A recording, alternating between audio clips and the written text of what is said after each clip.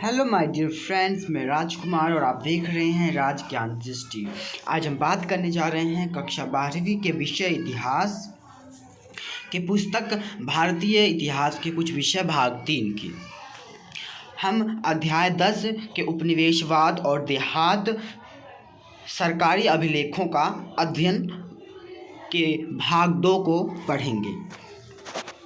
तो भाग 1 में हमने जाना बंगाल और जमींदार जोतदारों का उदय, 5वीं रिपोर्ट, पहाड़ियों का जीवन और संथाल के बारे में। हम भाग 2 अपने इस वीडियो में जानेंगे संथाल विद्रोह, दक्कन विद्रोह, रयतवारी, राजस्व प्रणाली, कपास उत्पादन में उछाल और परिसीमन कानून क्या था। तो हम अपने पहले विषय से चर्चा शुरू करते हैं। संथाल विद्रोह। संथालों को ज़मीन देकर राजमहल की तलहटी में बसने के लिए तैयार कर लिया गया था और 1832 तक ज़मीन के एक बड़े इलाके को दामिन एक कोह के रूप में सीमांकित कर दिया गया और इसे संथालों की भूमि घोषित कर दिया गया। अब क्या है, हमने पढ़ा कि किस तरह से जो पहाड़ियाँ लोग थे उनको अपनी ज़मीन से बेदखल करने के लिए और उनसे जो जंगल की ज़मीन है उसको अग्रहित और उसको कब्जा करने के लिए, उसको कृषि योग्य उपजाऊ भूमि में बदलने के लिए वहाँ पर क्या है, संथालों को बसाना शुरू कर दिया गया। तो राजमहल के जो आसपास के जो क्षेत्र थे उनको साफ कर जंगलों को और वहाँ पर खेती करने के लिए संथालों को वहाँ पर बसाया जाना शुरू कर दिया गया। तो उसको दामिन एह कोह के रूप में क्या है, विकसित किया गया और वह संथालों की भूमि होगी उस ऐसा घोषित कर दिया गया। तो उन्हें इस इलाके के भीतर रहना था। अब जिस इलाके को संथालों का इलाका बताया गया था उस इलाके को उसके अंदर उनको रहना था। तो हल चलाकर खेती करनी थी और स्थायी किसान बनना था। अब जो संथाल है वह क्या है, उनको एक स्थायी किसान के रूप में उभारा गया और उनको सामने लाया गया ताकि जो खेती है उस पर स्थायी रूप से कृषि की जा सके। संथालों को दी गई भूमि के अनुदान पत्र में एक यह शर्त थी कि उनको दी गई भूमि के कम से कम 10वें भाग को साफ करके पहले 10 वर्षों के भीतर जोतना था। अब क्या है, संथालों से एक तरह का एग्रीमेंट साइन करवाया गया जो कि उनको दी गई जो भूमि के क्षेत्र था उसका 10% जो है या 10वां हिस्सा क्या है, कम से कम 10 वर्षों में क्या है जोतना था और उसे कृषि योग्य उपजाऊ भूमि में बदलना था। तो जब संथाल राजमहल की पहाड़ियों पर बसे तो पहले पहाड़ियाँ लोगों ने इसका जो है प्रतिरोध किया। अब जो संथाल पहाड़ी और राजमहल क्षेत्रों में बसने लगे, राजमहल की पहाड़ियों के क्षेत्रों में बसने लगे, तो वहाँ पर जो पहाड़ियाँ लोग रहते थे उन्होंने इसका विरोध किया और अंततः गोतवा वह इन पहाड़ियों में भीतर की ओर चले जाने के लिए मजबूर कर दिए गए। अब जो पहाड़ियाँ लोग थे वह मजबूर होकर क्या है उन जंगलों के और भीतर और गहराई और अंदर चले जाने के लिए मजबूर हुए और उन्हें निचली पहाड़ियों तथा घाटियों में नीचे की ओर आगे आने से रोक दिया गया। अब जो पहाड़ियाँ लोग थे अब क्या है वह निचली घाटियों और निचले क्षेत्रों में नहीं आ सकते थे और ऊपरी पहाड़ियों के चट्टानी और अधिक बंजर इलाकों तथा भीतर शुष्क भागों तक सीमित कर दिया गया। अब पहाड़ी लोगों को ऐसे स्थान और ऐसी जगह पर रहने के लिए मजबूर होना पड़ा जो कि इलाका बंजर था, शुष्क था और एक सीमित इलाका था। तो इससे क्या हुआ, उनके रहन सहन तथा जीवन पर बुरा प्रभाव पड़ा और आगे चलकर हुए गरीब हो गए। तो जो पहाड़िया लोग थे उनको अपनी ज़मीन से उनकी स्वतंत्रता से बेदखल कर दिया गया और उनको एक सीमित क्षेत्र और एक शुष्क बंजर ज़मीन पर क्या है जंगल के क्षेत्र में निवास करना पड़ा। तो उनसे क्या है उनकी जो आय का स्रोत था वह छिन गया, उनकी जो उत्पादन क्षमता थी वह कम हो गई। तो जिससे क्या है उनका रहन सहन बहुत प्रभावित हुआ और वह क्या है गरीबी की हालत में रहने लगे। जब इस क्षेत्र के जंगल खेती के लिए साफ़ कर दिए गए तो पहाड़ियाँ शिकारियों को भी समस्या का सामना करना पड़ा। अब क्या है जो जंगल को साफ़ करना शुरू कर दिया गया, जंगल को जैसे जैसे साफ़ करना शुरू कर दिया गया तो जो जानवरों के लिए रहने की जगह है वह कम पड़ने लगे। तो इससे क्या है जानवरों की संख्या में भी कमी देखने को मिली, जो कि पहाड़िया लोगों के शिकार के लिए जो जानवरों की है वह कमी के रूप में सामने आया।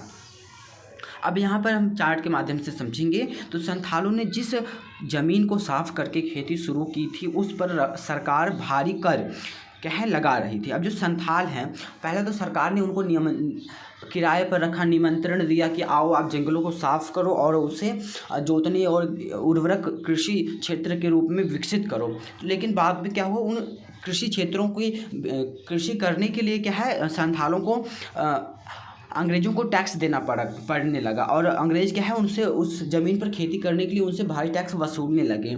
तो साहूकार लोग बहुत ऊंची दर पर ब्याज लगा रहे थे। अब उससे क्या है ज़मीन में खेती बाड़ी करने के लिए और टैक्स भरने के लिए है क्या है संथाल लोग ऐसे साहूकारों और बड़े ज़मींदारों से क्या है कर्ज लेने लग गए, और वह क्या है कर्ज पर भारी ब्याज लगाकर उन्हें कर्ज दिया करते थे जो साहूकार थे।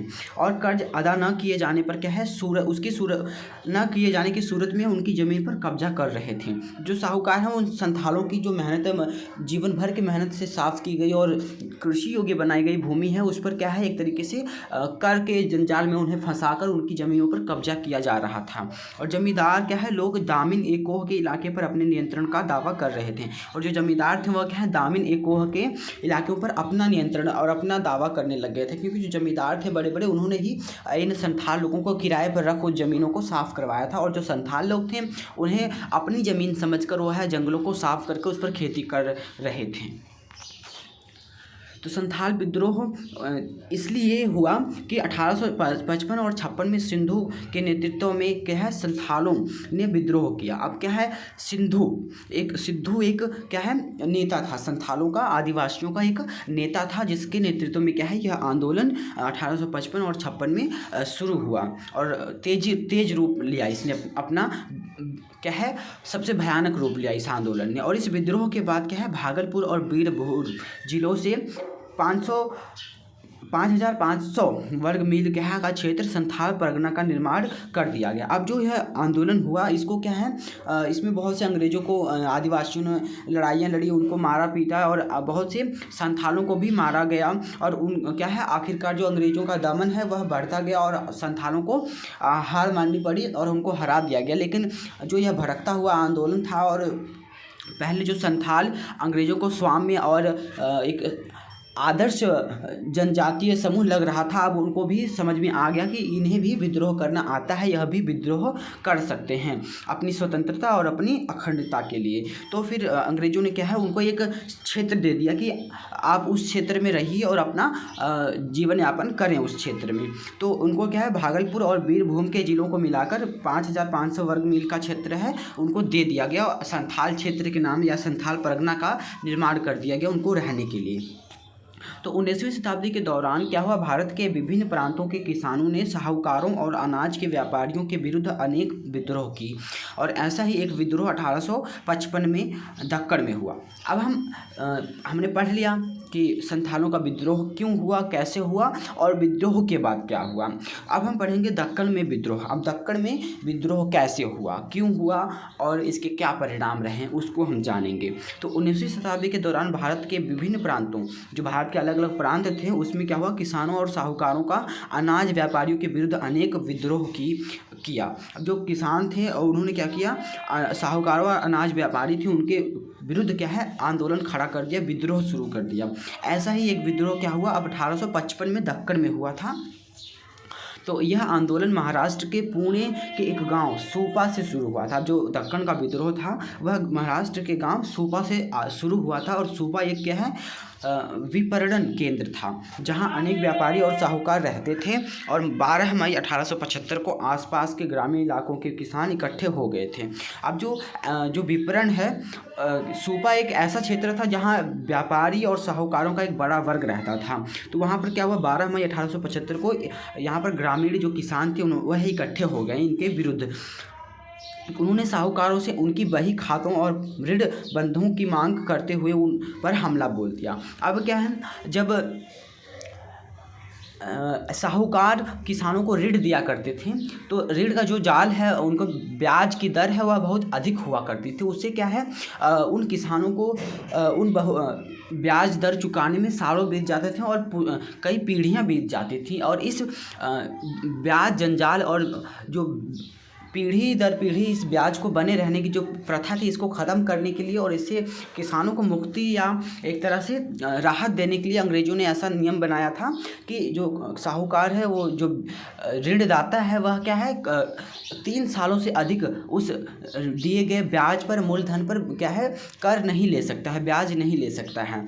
तो उसके उपाय में इन साहूकारों और जमींदारों ने उस कानून के उपाय में यह तरीका निकाल लिया कि प्रत्येक 3 वर्षों के लिए क्या है एक नया बॉन्ड बनवाने लगे, उस दिए गए कर्ज पर एक नया क्या है दस्तखत करवाने लग गए। तो ऐसे में क्या हुआ कि उनका ऋण फिर से बना रहा। तो किसानों को ऐसा लगा कि जो यह हमें दस्तखत करवाई जाती है, जो बही खाते हमारे चलते हैं, इन्हीं की वजह से क्या हमारी जो सारी परेशानियां हो रही हैं, इन्हीं की वजह से क्या है हमें सभी मुसीबतों का सामना करना पड़ रहा है। तो उन्होंने उस मुसीबतों से, उन परेशानियों से बचने के लिए उनको यह उपाय सूझा कि इन बही खातों को ही जला दिया जाए, इन बही खातों को ही नष्ट कर दिया जाए। तो उन्होंने इन साहूकारों से अपने जो बही खाते हैं उनको मांगा पहले और ऐतराज़ करने पर उनको क्या है जला दिया।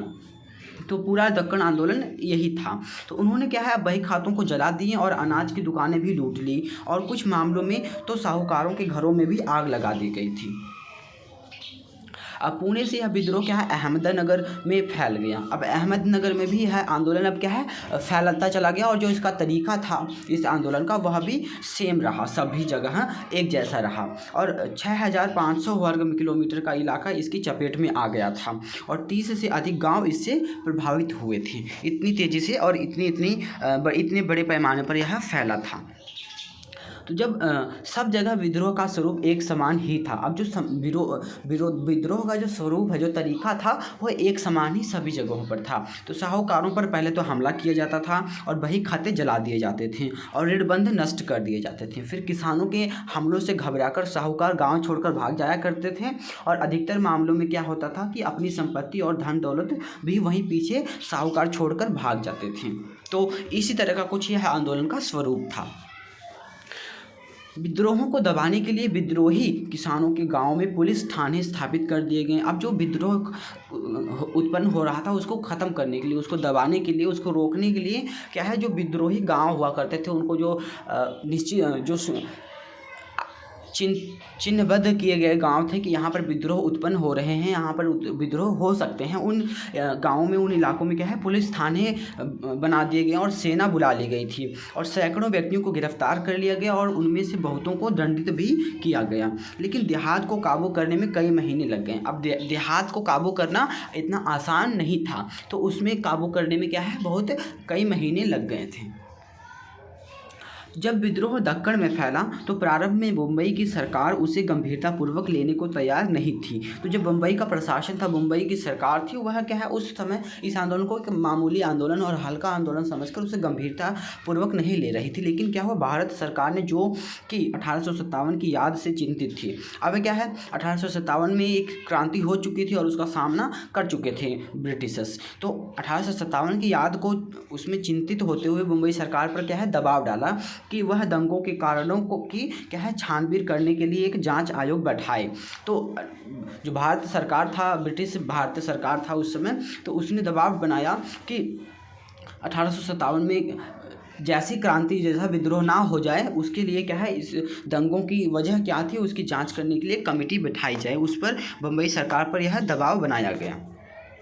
तो आयोग ने अब एक रिपोर्ट तैयार की, जब आयोग गठन कर दिया गया एक जांच आयोग का, तो उस आयोग ने अपनी रिपोर्ट तैयार की और उसमें जो 1868 में ब्रिटिश पार्लियामेंट में क्या है पेश की गई थी। अब 1868 में क्या है यह रिपोर्ट ब्रिटिश पार्लियामेंट में पेश की गई, इसे दक्कन दंगा रिपोर्ट कहा जाता है। अब इस रिपोर्ट को नाम दिया गया दक्कन दंगा रिपोर्ट, इसके नाम से इसे जाना जाता है। तो आयोग ने दक्कन दंगा पीड़ित जिलों में जांच पड़ताल कराई और रैयत वर्गों, साहूकारों और चश्मदीद गवाहों के बयान लिए और भिन्न भिन्न क्षेत्रों में राजस्व की दरों और कीमतों पर ब्याज के बारे में आंकड़े इकट्ठे किए और जिला कलेक्टर्स द्वारा भेजी गई रिपोर्ट का संकलन किया। तो इस रिपोर्ट में हमें पता लगा कि जो विद्रोह हुआ उसके मूल कारण क्या थे, उसके किन वजहों से यह आंदोलन भड़का और इसके जिम्मेदार कौन थे, ऐसा इस रिपोर्ट को तैयार करने का उद्देश्य था और इसमें निकल कर आया।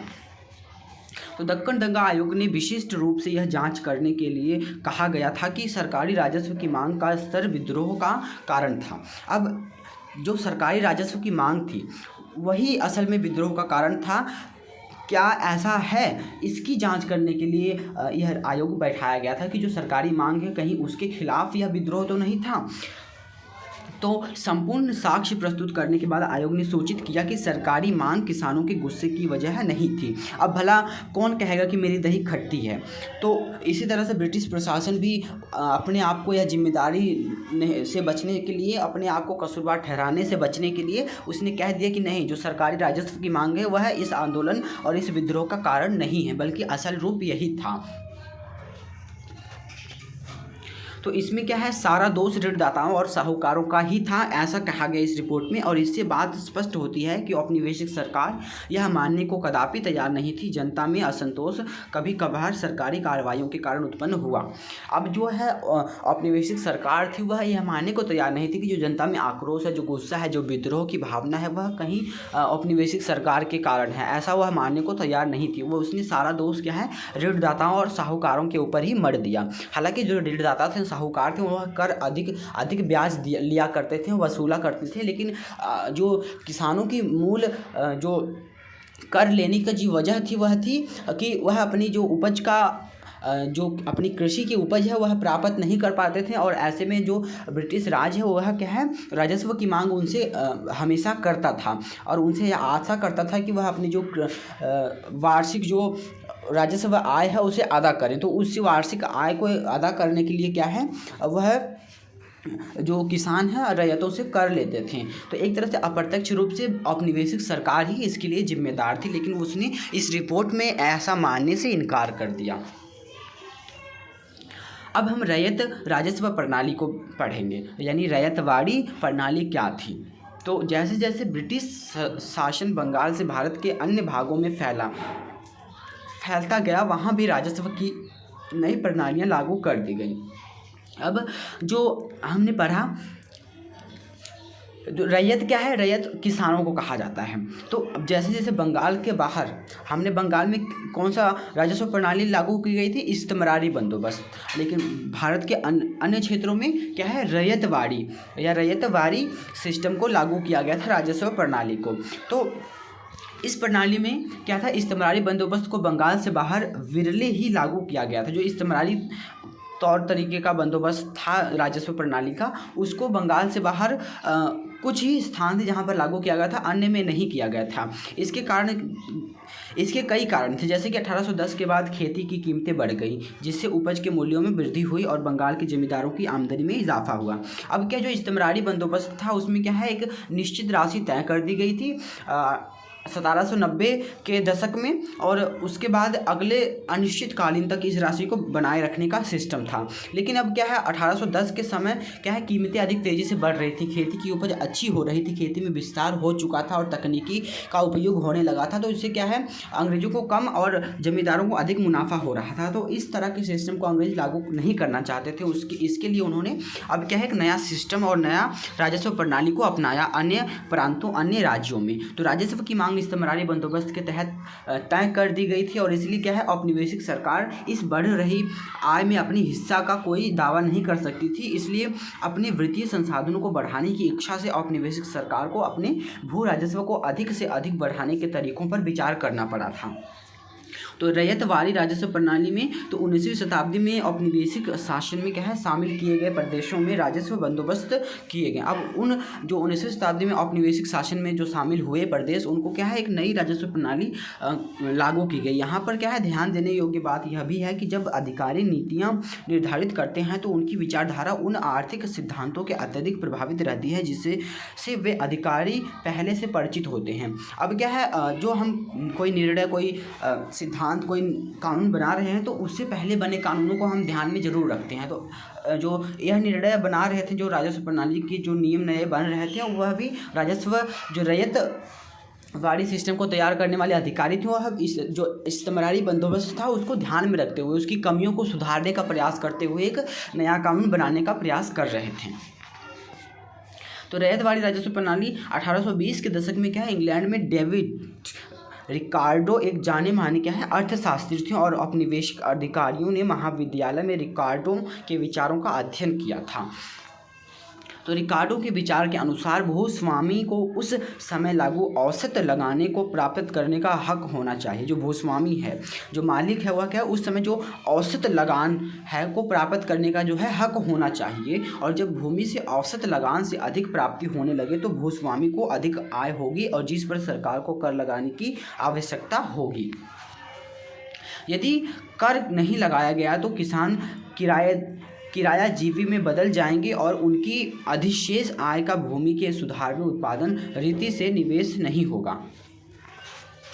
और ब्रिटिश अधिकारियों के विचार से तब यह आवश्यक था कि यह एक भिन्न राजस्व प्रणाली अपनाई जाए। अब क्या है यहाँ उनके रिकार्डो के सिद्धांत के अनुसार कि एक हमारी जो कृषि में जो लागत है उस लागत के औसत हमें जो लाभ प्राप्त हो जाता है तो ठीक है। अगर उस औसत लागत से अधिक प्राप्त हमें होता है और एक्स्ट्रा हमें प्राप्त होता है तो क्या है जो भूस्वामी है, उस ज़मीन का जो मालिक है, उस निवेश करता है जो वह क्या है अन्य और जो उसमें निवेश नहीं करेगा, अन्य और बदलाव नहीं लाएगा। तो उस बदलाव को लाने के लिए और उसको उसकी उत्पादकता और उसके जो उसमें उससे कृषि से हमारी जो आय है उसको और बढ़ाने के लिए क्या है सरकार को टैक्स लगाना चाहिए। तो इस तरह के कुछ विचार रिकार्डो के थे और जिसको ब्रिटिश अधिकारियों ने फॉलो किया। तो बम्बई दक्कन में जो राजस्व व्यवस्था या राजस्व प्रणाली लागू की गई जैसे कि रैयतवाड़ी कहा जाता है। अब बम्बई में इसी तरह की इसी को बात को ध्यान में रखते हुए, इसी सिद्धांत को ध्यान में रखते हुए रैयतवाड़ी जो है प्रणाली, राजस्व प्रणाली लागू की गई। तो दक्कन में लागू की गई प्रणाली के विपरीत इस प्रणाली के अंतर्गत राजस्व की जो राशि थी सीधे रैयत के साथ तय की जाती थी। अब जो ब्रिटिश सरकार है उसको कितना जो राजस्व राशि मिलेगी उसके लिए कोई जमींदार नियुक्त नहीं किया गया। किसी जमींदार के अंडर बहुत से किसानों को या बहुत सी ज़मीनों को नहीं रखा गया, बल्कि सीधे किसानों से डीलिंग होती थी। सीधे किसानों से जो है राजस्व राशि को तय किया जाता था और उनसे प्राप्त किया जाता था अंग्रेज़ों द्वारा। तो विभिन्न प्रकार की जो भूमि से होने वाली औसत आय का अनुमान लगाया जाता था और रैयत की राजस्व अदा करने की जो क्षमता का आंकलन कर लिया जाता था। जो किस तरह की भूमि है, किस तरह की फसल के लिए अच्छी है और किस तरह की उपज होती है और कितनी आय होती है इस खेती से, इस कृषि से, इस भूमि का प्रकार कैसा है, इन सभी बातों को ध्यान में रखते हुए उस भूमि और उस रैयत से क्या है राजस्व राशि का एक निर्धारण कर लिया जाता था और उसे प्राप्त किया जाता था। फिर सरकार के हिस्से के रूप में उसका जो एक अनुपात है निर्धारित कर दिया जाता था और उसे राजस्व राशि के रूप में ले लिया जाता था। तो हर 30 साल के बाद ज़मीनों का जो है फिर से सर्वेक्षण किया जाता था और राजस्व की दर तदनुसार बढ़ा दी जाती थी। अब जो रैयतवाड़ी सिस्टम था उसमें क्या है 30 सालों के लिए यह दर निश्चित कर दी जाती थी और 30 सालों के बाद पुनः अवलोकन किया जाता था उस ज़मीन का और उस स्थिति का और फिर जो राजस्व राशि है वो निर्धारित की जा सकती थी। तो इस्तेमारी बंदोबस्त क्या था अनिश्चितकालीन के लिए था और लेकिन जो इस्तेमारी बंदोबस्त है अगले 30 वर्षों के लिए था नियम लागू होने से। तो राजस्व की मांग अब क्या है चिरस्थायी नहीं रही। अब क्या है इस राशि जो है राजस्व की राशि है उसकी मांग है वह अस्थायी नहीं बनाई गई बल्कि उसे बदला जा सकता था 30 वर्षों के लिए, 30 वर्षों के बाद। अब हम इसमें देख सकते हैं कि किस तरह से कपास को ले जाते हुए बैलगाड़ियाँ और कपास के गांठों को किस तरह से स्थल मार्ग या जल मार्गों द्वारा भी ले जाया जा रहा है। तो कपास उत्पादन में उछाल विषय को हम पढ़ेंगे। तो 1860 के दशक से पहले ब्रिटेन में कच्चे माल के तौर पर आने वाली जो समस्त कपास का 3/4 भाग अमेरिका से आता था। अब जो ब्रिटेन में कच्चे माल के रूप में जो ब्रिटेन में कच्चा माल के रूप में जो कपास जाती थी उसका जो 1/3 हिस्सा है वह क्या अमेरिका से जाया करता था। अब ब्रिटेन के सूती वस्त्रों के निर्माता काफ़ी लंबे से अमेरिका कपास पर अपनी निर्भरता के कारण बहुत परेशान थे। अब जो ब्रिटेन के जो सूती वस्त्रों के निर्माता थे उन्होंने क्या है अमेरिका से एकमात्र उनकी निर्भरता से बहुत परेशान थे। अब उन्हें एक नया विकल्प चाहिए था। वे कपास की आपूर्ति के वैकल्पिक स्रोतों की खोज कर रहे थे और 1857 में ब्रिटेन में कपास आपूर्ति संघ की स्थापना हुई। अब क्या है कि ब्रिटेन को कपास की आपूर्ति कराने के लिए एक संघ की स्थापना कर दी गई और 1859 में क्या है मैनचेस्टर कॉटन कंपनी बनाई गई। अब मैनचेस्टर कॉटन कंपनी की स्थापना कर दी गई 1859 में। तो उनका उद्देश्य दुनिया के हर भाग में क्या है कपास के उत्पादन को प्रोत्साहित करना था, जिससे कि उनकी कंपनी का विकास हो सके। और भारत की भूमि और जलवायु दोनों ही कपास की खेती के लिए उपयुक्त थे और यहाँ सस्ता श्रम भी उपलब्ध था। तो ब्रिटेन में 1861 में जहां 2 लाख गांठें आई थी, वहीं 1862 में 55,000 गांठों का जो है आयात हुआ। अब ब्रिटेन में क्या हुआ, जो कपास की गांठें थी यानी जो कपास की गट्ठर थे क्या है वह उनकी जो मात्रा है बढ़ती चली गई, उनकी जो क्वांटिटी है वह बढ़ती चली गई।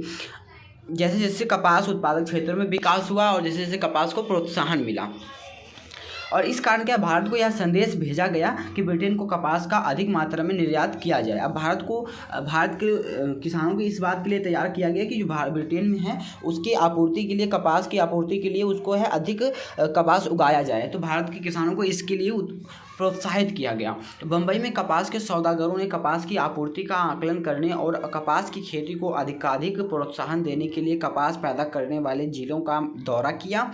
और जब कपास की कीमतों में उछाल आया तो बम्बई के कपास निर्यातकों ने ब्रिटेन की मांग को पूरा करने के लिए अधिक से अधिक कपास खरीदने का प्रयत्न किया। अब जो जैसे जैसे ब्रिटेन में कपास की मांग बढ़ने लगी तो जो कपास के व्यापारी थे वह भी कपास की मांग जो खरीद है ज़्यादा करने लगे और अलग अलग जिलों में, अलग अलग क्षेत्रों में घूमकर जो किसानों को है प्रोत्साहित करने लगे, उनको जो कपास उगाने के लिए है वह उनको कहने लगे। और कपास उत्पादन में उछाल में उन्होंने क्या है शहरी साहूकारों को अधिक से अधिक अग्रिम राशियां दी। अब क्या है जो ब्रिटिश अधिकारी थे उन्होंने शहरी जो साहूकार थे उनको अधिक अधिक राशियां दी ताकि वह आगे क्या है ग्रामीण या रैयतों या किसानों तक क्या है कर्ज दे सकें। और उन्होंने उपज को उपलब्ध कराने के लिए वचन दिया और अधिक मात्रा में राशि उधार में भी दी। किसानों को अधिक कर दिया जाने लगा, उनको धन बांटा जाने लगा बतौर कर के रूप में, ताकि वह कपास के खेतों में निवेश कर सकें और कपास की वृद्धि और उसकी उत्पादकता में वृद्धि ला सकें। तो इन बातों का दक्कन के देहाती इलाकों में काफ़ी असर हुआ और दक्कन के गांवों में ऋण अचानक और असीमित मात्रा में उपलब्ध होने लगा। अभी क्या जैसे जैसे किसानों को भी ऋण मिलने लगे तो अभी अब कपास उगाने लगे और अचानक से ही जो इसकी असीमित मात्रा है उपलब्ध होने लगी, यानी कि बहुत बड़ी मात्रा में कपास उपलब्ध होने लगी। और उन्होंने कपास उगाई जाने वाली प्रत्येक एकड़ के लिए 100 रुपये अग्रिम राशि दी जाने लगी। अब क्या है जितना आप कपास उगा रहे हो उसके प्रति 100 एकड़ के लिए आपको एडवांस पैसे दिए जाने लगे कि आप कपास उगाओगे उसके लिए हमने पहले ही आपको पैसा दे दिया, यानी आपको चिंता ना करनी पड़े कि हमारी जो कपास है वो खरीदी जाएगी या नहीं, हमने उस आपके कपास के मूल्य का पहले ही आपको पैसा दे दिया है। तो इससे किसानों को और अधिक प्रोत्साहन मिला और वह कपास और अधिक उगाने लगे। तो साहूकार भी अब दीर्घावधि के लिए ऋण देने लगे थे और एकदम तैयार हो गए थे। अब जो साहूकार थे उनको भी ये आश्वासन हुआ कि किसानों की उपज अच्छी होगी और उनको पैसा भी अच्छा मिल जाएगा, तो हमारा जो उधार है वह भी चुका देंगे। उसके लिए उन्होंने भी कर देना शुरू कर दिया था बड़े पैमाने पर। तो कपास उत्पादन में उछाल। फिर जब अमेरिका में क्या है संकट की स्थिति बनी रही तो बम्बई दक्कन में कपास का उत्पादन बढ़ता गया। अब जो 1960 से 1964 के बीच में क्या है अमेरिका में गृह युद्ध चल रहा था। तो गृह युद्ध के समय में क्या है अमेरिका जो है कपास की आपूर्ति ब्रिटेन को नहीं कर पा रहा था, तो उसके लिए क्या है ब्रिटेन को एक वैकल्पिक स्रोत भारत पर निर्भर रहना पड़ा। तो भारत में क्या है निर्भरता ने क्या है उसकी कपास की उत्पादकता और कपास की मांग को बढ़ा दिया। तो यह जो मांग है 1860 से 1864 तक कपास उगाने वाले एकड़ों की जो संख्या है दोगुनी हो गई थी, यानी जो कपास जितना उग रहा था या जितना निर्यात हो रहा था उस क्या है वह दोगुनी हो गई उसकी मात्रा। तो 1862 तक स्थिति यह थी कि ब्रिटेन में जितना भी कपास का आयात होता था उसका 90% भाग अकेले भारत से जाता था। भारत में ब्रिटेन में जितना भी कपास जाता था उसका 90% भाग केवल भारत से ही जाता था। 1862 में ऐसी स्थिति भी आ गई थी। तो इन क्या है तेजी के वर्षों में भी सभी कपास उत्पादक समृद्ध नहीं हुए। अब इतनी अधिक वृद्धि हुई कपास उत्पादक क्षेत्रों में कपास और इतना अधिक लाभ कमाया किसानों ने, फिर भी जो बहुत से ऐसे उत्पादक थे उनकी क्या है समृद्धि नहीं हो पाई, वह अमीर नहीं बन पाए, उनकी स्थिति वैसी की वैसी ही बनी रही लगभग। और धनी किसानों को लाभ अवश्य हुआ, लेकिन क्या है अधिकांश किसान कर्ज के बोझ में और अधिक दब गए। अब जो किसानों को कर्ज तो बहुत मिल रहा था, लेकिन बाद में क्या हुआ, उनका कर्ज और बढ़ गया। जब अमेरिका में गृह युद्ध समाप्त हो गया तो वहाँ कपास का उत्पादन फिर से चालू हो गया और ब्रिटेन को भारतीय कपास के निर्यात में गिरावट आती चली गई। अब कुछ ही समय बाद जो अमेरिका में गृह युद्ध की समाप्ति हो गई और वहाँ पर जो कपास का उत्पादन है फिर से शुरू हो गया, तो फिर क्या है भारत का जो कपास निर्यात था वह कम होता चला गया और उसमें गिरावट दर्ज होने लग गई।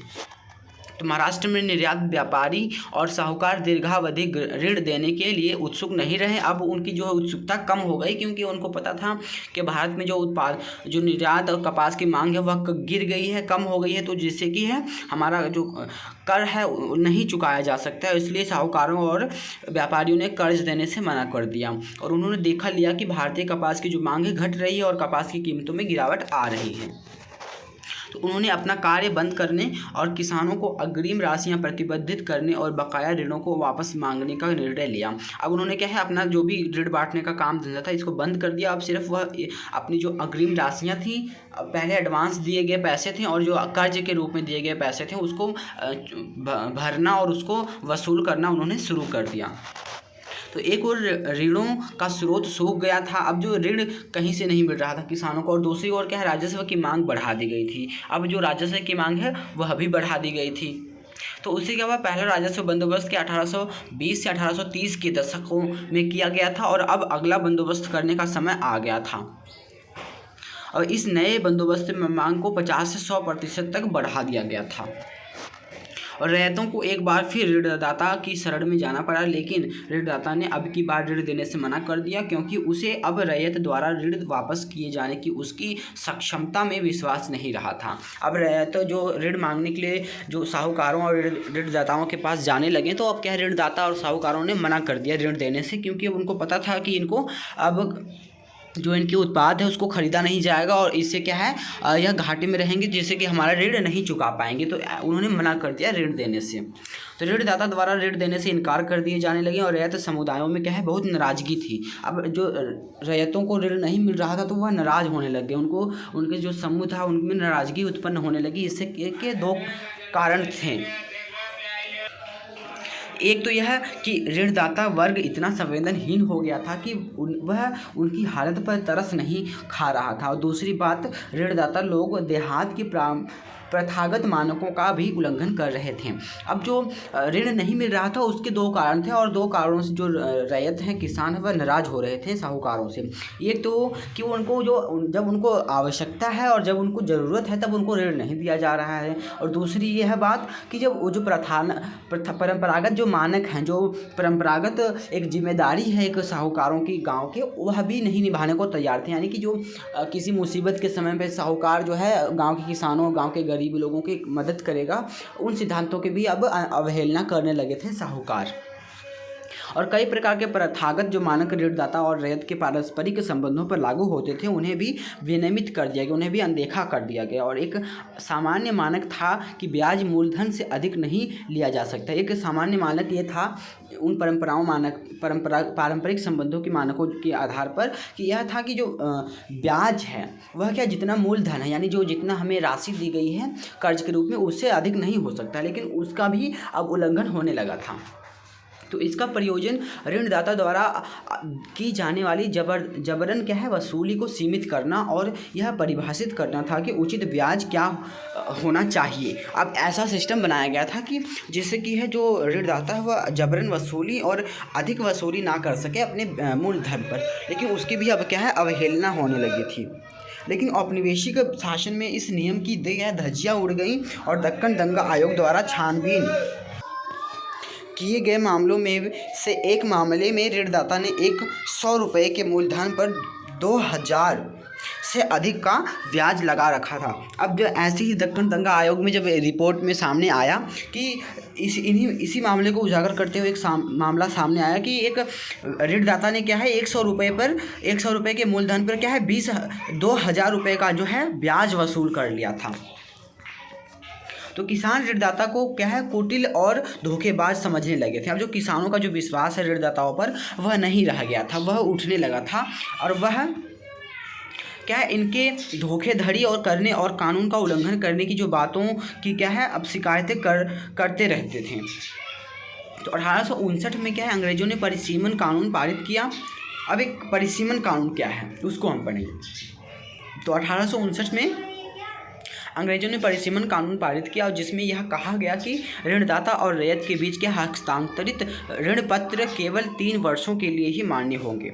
अब जो दक्कन दंगा आयोग की रिपोर्ट में ये सारी बातें उसमें शामिल हैं और जो दक्कन में दंगा हुआ, जो विद्रोह हुआ, उसकी एक वजह यह भी थी कि 1859 में है इन्हीं बातों, उन्हीं ब्याज के जंजाल से बचने के लिए अंग्रेजों ने क्या है एक परिसीमन कानून पारित किया और जिसमें यह कहा गया, यह व्यवस्था की गई जो ऋणदाता और रैयत के बीच क्या है हस्तांतरित ऋण पत्र केवल क्या है 3 वर्षों के लिए ही मान्य होगा। यानी कि उसको पीढ़ी दर पीढ़ी सालों साल जीवन भर नहीं चलाया जा सकता, उस ब्याज को आगे से आगे नहीं बढ़ाया जा सकता, केवल 3 वर्षों के लिए आप ब्याज दे सकते हो और उसको ब्याज वसूल सकते हो उस ब्याज कर पर।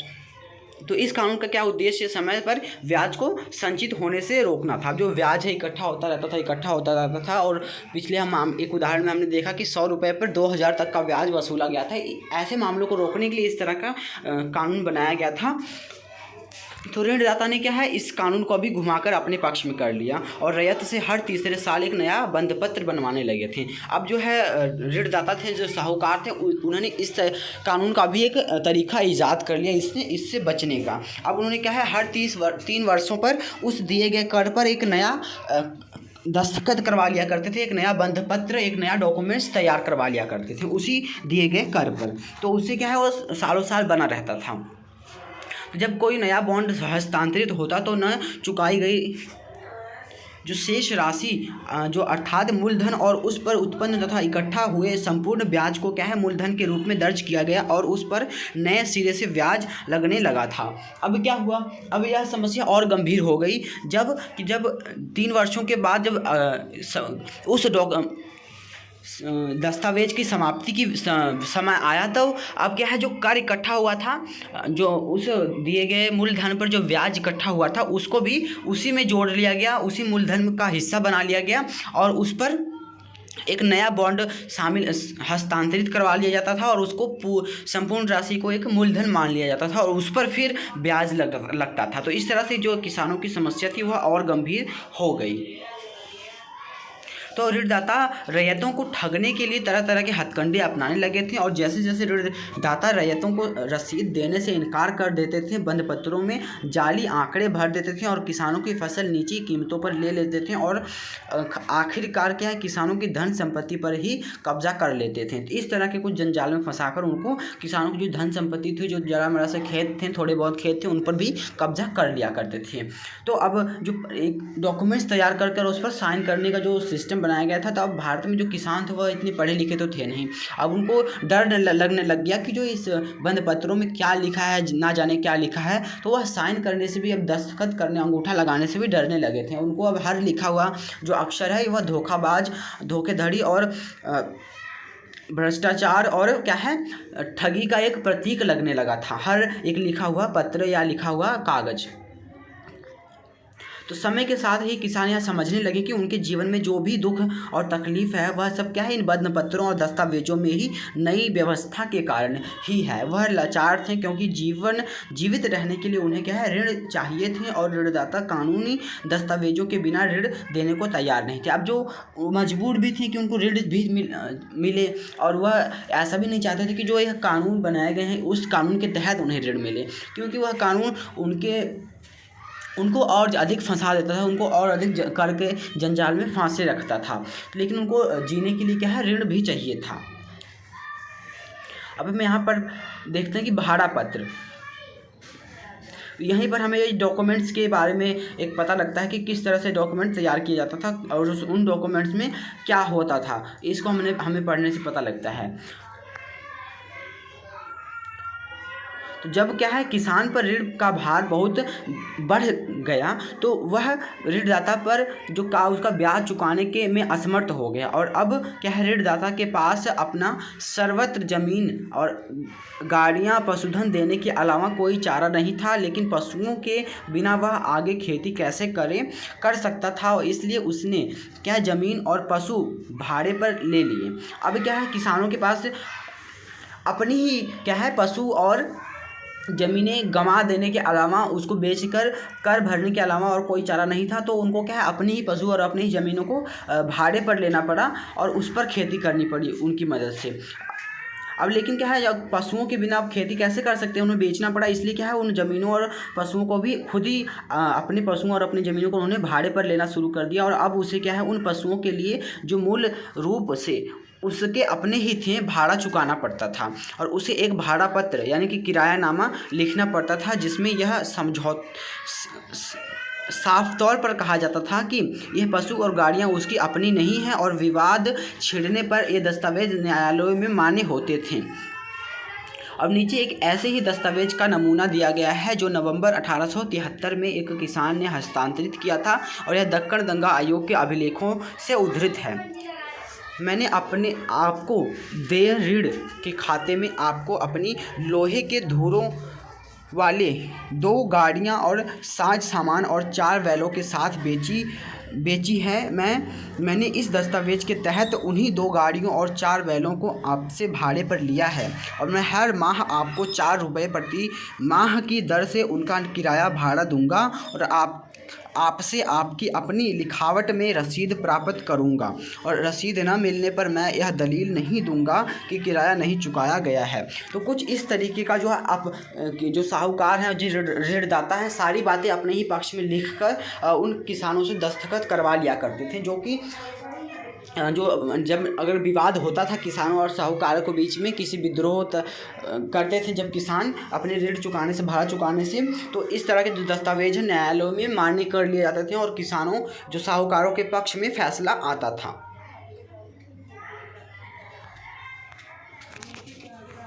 तो कुछ इस तरह के जो सिस्टम इसमें था, तो हमने अब समझ लिया अपने इसे पूरे अध्याय को। अब हम अगले विषय के साथ अब अगली वीडियो में मिलते हैं, तब तक के लिए धन्यवाद।